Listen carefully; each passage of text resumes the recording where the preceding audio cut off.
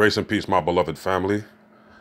Here's an article on the Cornell University website on reasonable suspicion. And I'll read a little bit for you for your edification, and you do your due diligence to get a further understanding and understanding. Reasonable suspicion overview. Reasonable suspicion is a standard used in criminal procedure.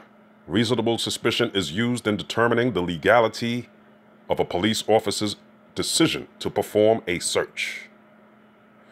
When an officer stops someone to search the person, courts require that the officer has either a search warrant, probable cause to search, or a reasonable suspicion to search. In descending order of what gives an officer the broadest authority to perform a search, courts have found that the order is search warrant, probable cause, and then reasonable suspicion. Reasonable suspicion is applied to a stop and frisk.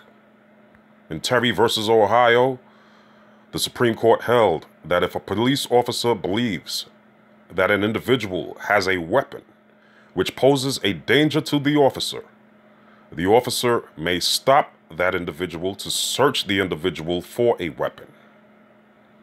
The court held that to determine whether the police officer acted reasonably in the stop, a court should not look at whether he has a hunch, but rather to the specific reasonable inferences which he is entitled to draw from the facts in light of his experience.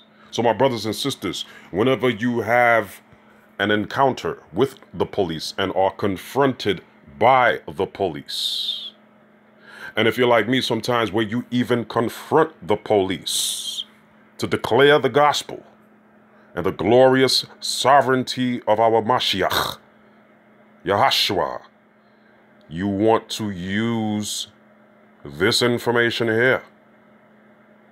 You'd like to ask questions rather than to pose arguments in order so that the truth would be exposed.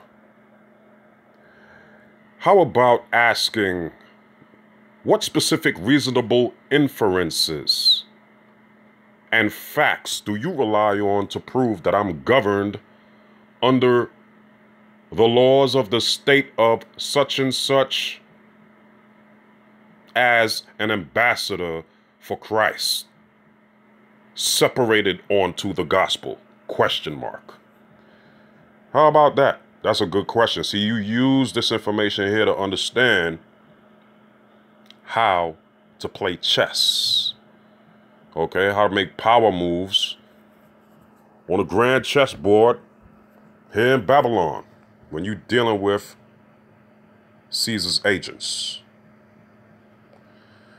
In Hibel versus 6th Judicial District Court of Nevada, a Nevada state statute requires a person detained by an officer during a Terry stop to identify himself by providing his name.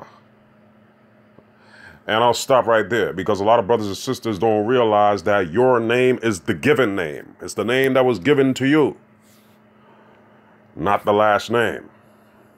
The last name is not your given name. That's how you know that a last name wasn't given to you and is not yours. What you using it for?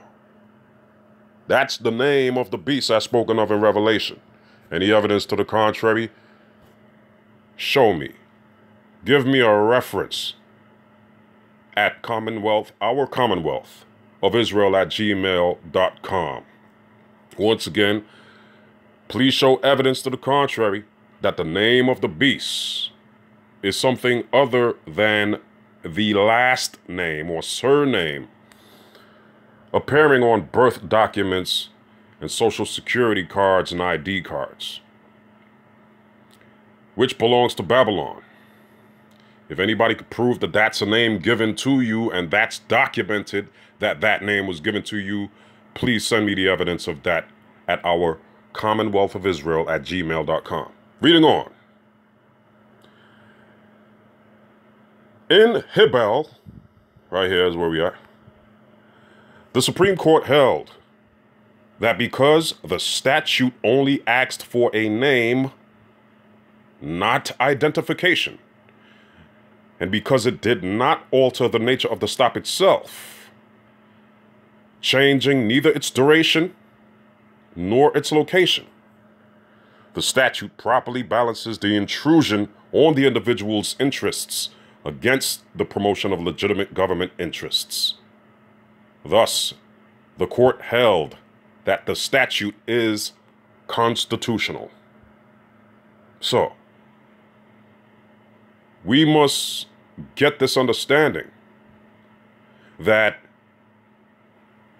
when police officers ask you for identification, there's no statute in place that requires you to provide identification. So when you're asked that question, you respond with a question.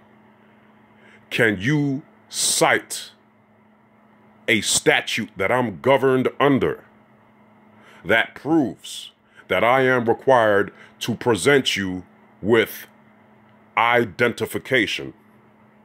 Question mark. Arming yourself with this knowledge, you can keep the burden on the agents of Caesar, the agents of the civil power, that they will not be able to verify and affirm that you are governed under any secular government as a minister, ambassador for Christ, separated onto the gospel, and so separated from the state, the church, the people, the assembly, the ecclesia, separated from the state, which is the secular government. So you have ecclesiastical government and secular government, which means you have ecclesiastical authority and then you have secular authority. Okay? You have an ecclesiastical jurisdiction. You have a secular, civil jurisdiction. Okay? Civil is military. That is Caesar. Do your due diligence and research civil or civilian. If you are a civilian, you're part of the military. You're not in the peace of Christ. Okay? Because you are showing a willing intent to bear arms as one part of the military, but not on active duty. That's what a civilian is. That's why we have been called out from the nations, called out from Babylon, so that we would not be partakers of her sins and receive her plagues. So I just wanted to bring this information out for you and for your edification. Do your due diligence. This is Cornell University website, Cornell Law School. Okay, so I'm not just making this up. This is how you use knowledge to empower yourself. Shalom.